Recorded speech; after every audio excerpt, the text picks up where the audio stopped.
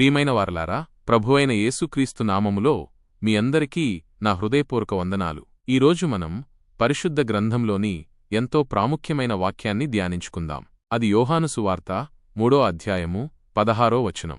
దేవుడు లోకమును ఎంతో ప్రేమించెను, కాగా ఆయన తన అద్వితీయ కుమారునిగా పుట్టినవానియందు విశ్వాసముంచు ప్రతివాడును నశింపక నిత్యజీవము పొందునట్లు ఆయనను అనుగ్రహించెను.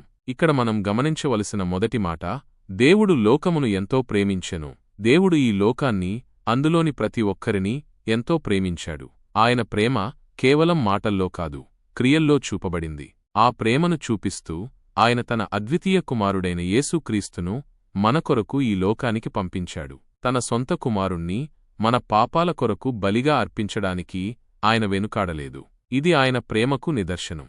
ఈ గొప్ప ప్రేమను మనం ఎలా పొందగలము? ఈ వచనం స్పష్టంగా చెబుతోంది. ఆయనను విశ్వసించు ప్రతివాడును నశింపక నిత్యజీవము పొందును. యేసుక్రీస్తును మన రక్షకునిగా విశ్వసించడం ద్వారా, మన పాపాలకు ఆయన చేసిన బలిదానాన్ని అంగీకరించడం ద్వారా మనం నిత్యజీవాన్ని పొందుతాము. కాబట్టి ప్రియమైన వారలారా, దేవుని యొక్క ఈ గొప్ప ప్రేమను అర్థం చేసుకోండి. యేసుక్రీస్తును విశ్వసించండి మరియు నిత్యజీవాన్ని పొందండి. దేవుడు మిమ్మల్ని దీవించునుగాక.